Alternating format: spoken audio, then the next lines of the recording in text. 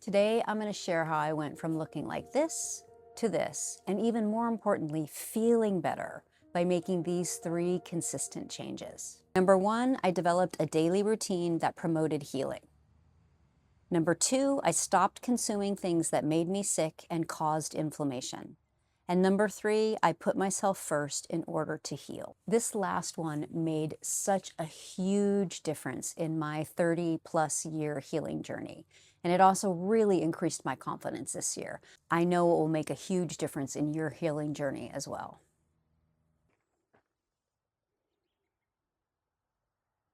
The specific changes that I made in 2025 were to cut out sugar, all processed sugar, to the best of my ability. I also cut out all grain. For me, grain causes a lot of problem in terms of inflammation. It also makes me really, really sleepy. So reducing that has given me a lot more energy and made me feel a lot better. I have cut out soy over the years. My body doesn't digest it well. I cut out red meat. I have histamine intolerance. So aged and fermented foods really just don't work at all for somebody with histamine intolerance. Since my 30s, I have a very severe allergy to alcohol. I go into anaphylactic shock, so I don't drink that. I'm also starting to have that same kind of problem with vinegars. So I have reduced that a lot as well.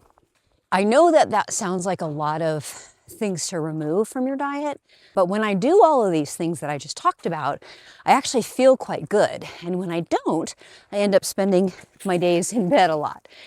Another thing that I do really regularly, which I've talked about in other videos, but I think it's worth a deep dive, is detoxing on a daily basis.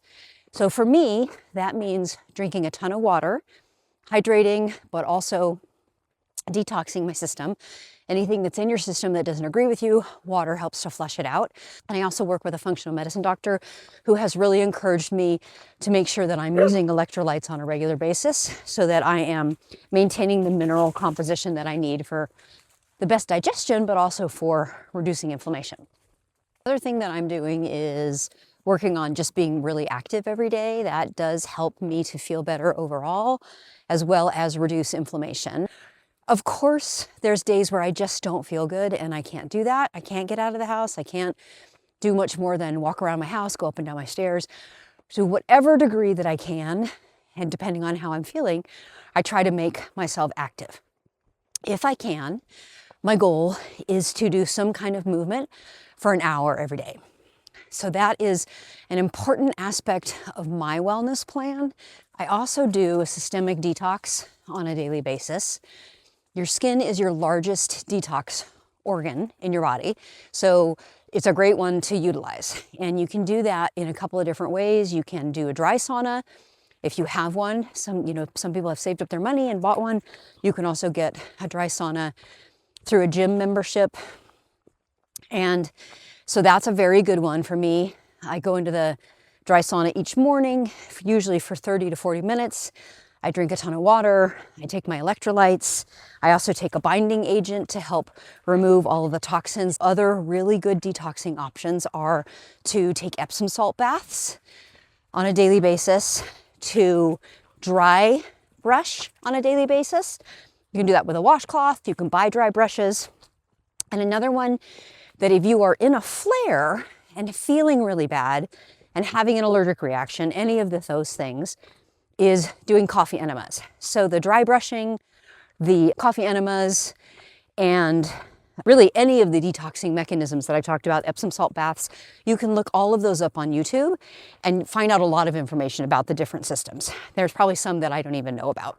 Believe it or not, stress is a huge contributor to inflammation in your body. Being very thoughtful and proactive about reducing stress in your life is definitely something that you want to do if you suffer with systemic inflammation. And so that can mean revisiting your work hours if you might need to take more of a break.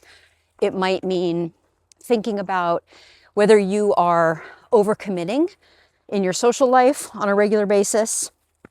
It might mean just literally getting all the chatter out of your head by doing journaling or maybe having a YouTube channel where you're processing all of the things that are happening in your life.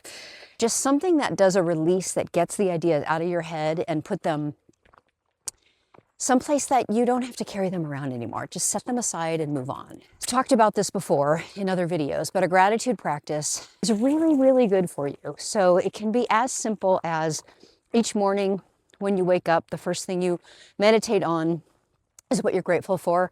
And at the end of that same day, you write down 3 very specific things that you're grateful for that happened to you during the day. Anything that you're doing that's acknowledging all the positive things in your life and expressing gratitude is really going to make a big difference in terms of how positive you feel. So it's going to affect your mental well-being as well as reduce the stress in your life.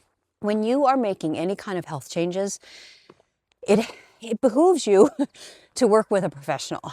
And for me, I have a very complex health footprint. I am allergic to many things, and I am working through some systemic infections in my system.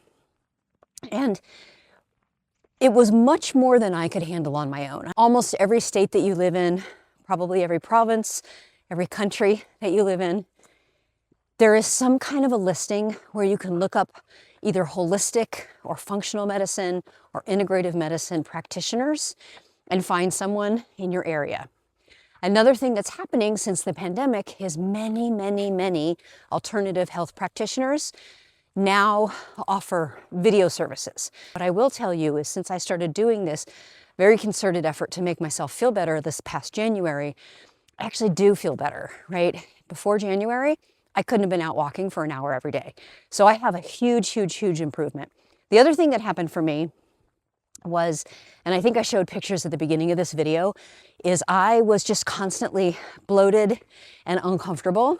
And when I reduced the sugar and cut out the dairy and the grain, along with some things that I had been doing for a long time, which was no soy and very little red meat, all of those things, I trimmed down by 20 pounds between January and probably April of this year. And I wasn't really trying, I was just eliminating some things out of my diet that were giving me a lot of inflammation. I feel a lot better. I'm much closer to the weight that I was when I was in my 20s. I just generally feel a lot better. I'm sleeping better. I'm being able to stay up later. All of the things that I want for myself are starting to happen, even though I am still uncovering some additional aspects of my health challenges and still working on those. It's always a journey, but again, one of the things that I'm enjoying talking about is focusing on being well instead of focusing living ill. And all of this is part of becoming a person that just feels good all the time. And I'm really happy that I'm on that journey.